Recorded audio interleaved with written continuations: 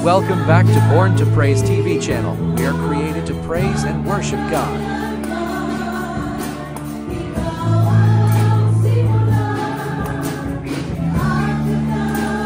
Diyos, hallelujah. Mga igsoon, karong adlaw, gikalipay nako ang inyong pagtambong sa atoang pagsimba panagtigom nining orasa o nining adlaw, Nobyembre 10, 2024. O karong adlaw mga igsoon, akong hulaman ang inyong mga igdulungo aron nga kining mga pulong nga isaysay pinaagi sa balang Espiritu Santo sa Dios mapuslanon kini o mabungahon masabtan nato ang tuyo sa kinabuhi.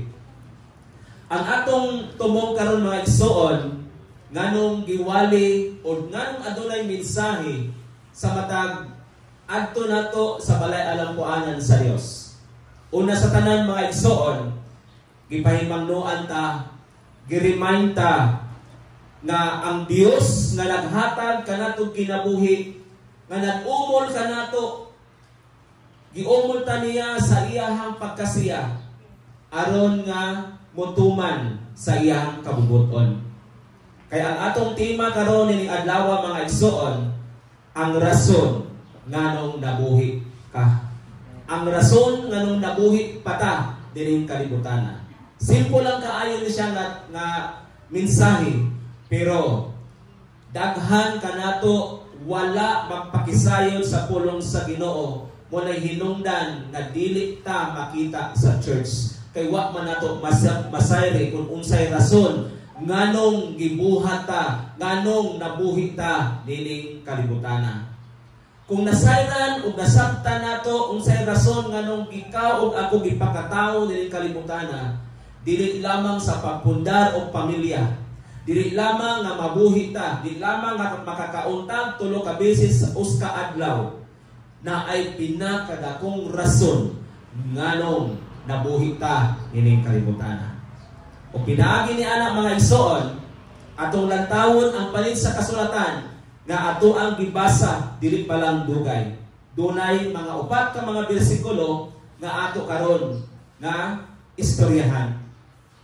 Nasad kita mga igsoon nga ang purpose o tumong sa kinabuhi mo ni siya ang pinaka-unique sa matag usa-usa ka mga nilalang nining kalibutan.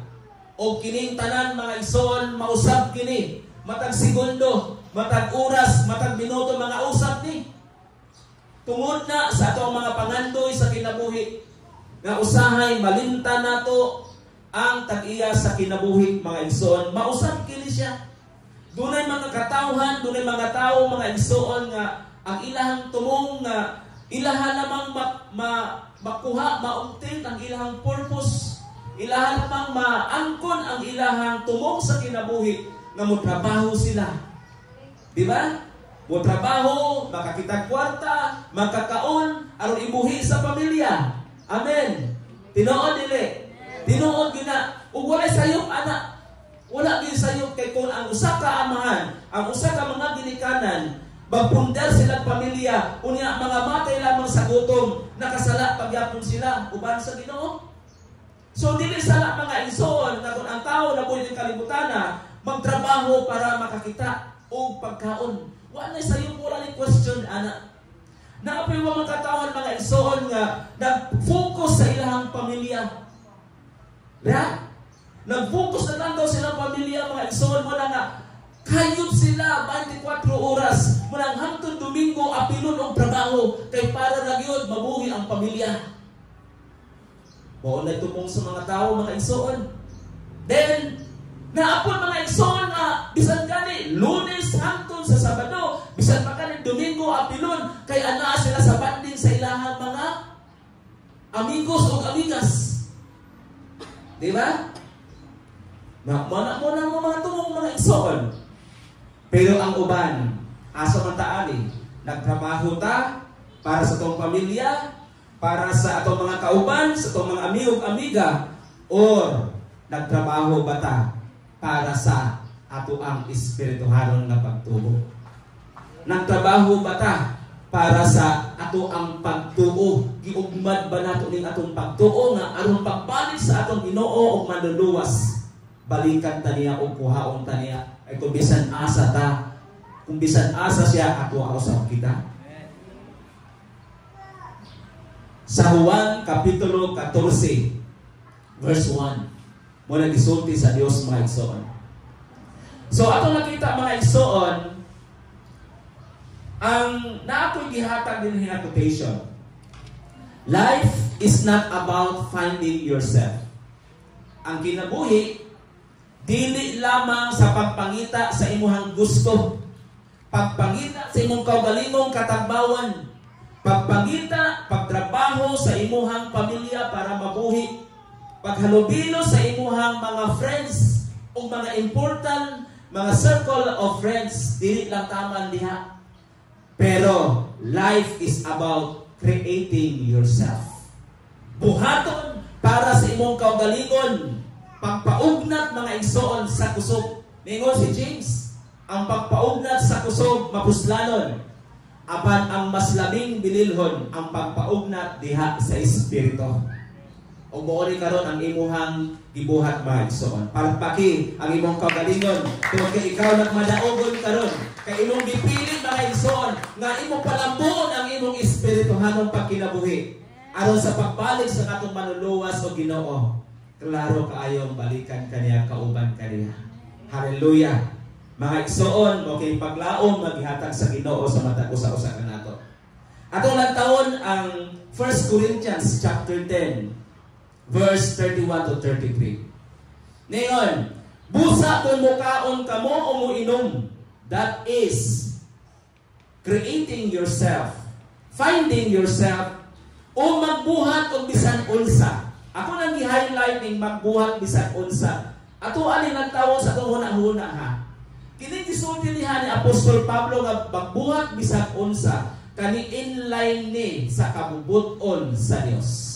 Take note anak, niingon ang Bible nga magbuhat bisan unsa, pero kung dili gani kabubuton sa Ginoo, pwede kang i-ex the Lord. Amen. Muna atong batayan ha, God is a jealous God. Masuko ang Dios kung ang mga butang gibuhat nimo bisan unsa, dili gani kabubuton or makapahilayo gani sa Dios. Busilaog ang kasuko sa Ginoo. Buhata ang tanan sa pagpasidungog sa Dios. So therefore, kung nagbuhata, wata ka pagpasidungog sa Ginoo, that is finding yourself, not creating yourself. Wala nimo gimansay ang imong kaugalingon para sa giharian sa Dios. Ug mao ni ang pinakadelikadong butang nga dapat natong madiskubrihan sa kinabuhi. Kaya kung nasayod lang kita, unsat yung pinakamaayong butang para sa Ginoo, never yun natong pakyason si Lord. Amen. Kung atong nasayan ang pinaka-importanteng butang mga igsoon ni kinabuhi, ang pagpasilumog sa Ginoo para nimo importante kayo, never yun nimong pakyason si Lord. Bisan unsa pa na kalayo ang imong dapit nga pag-aadtuan. Bisan labangon pag pila kalawon mga igsoon. So gaton ka murag balon, murag balay nga balon mga igsoon, dili nimo pakyason si Lord. Pakpak sa Ginoo. Ano man? Because you know, because kabalota nga unsay makapahimaya sa Ginoo. Muni usa ka rason nganong ibuhat ka sa Dios.